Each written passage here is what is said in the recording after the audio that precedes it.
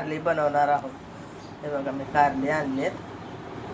आता ह्याला मी धुवून घेतले स्वच्छ। ह्याला मध्ये कट मारून ह्याला थोडंसं वाफवून घेणार आहे, हे लिंबू टाकून जरा, आणि नंतर तुम्हाला दाखवते पुन्हा मसाला।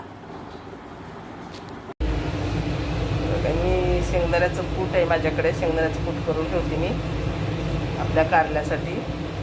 हे लसणाच्या पाकळ्या 2-3, हे आल्याचा तुकडा, हे लाल तिखट, धनापूड, हे अर्धा चमचा जिरं, आणि चिटकीवर हळद, आणि चवीनुसार मीठ।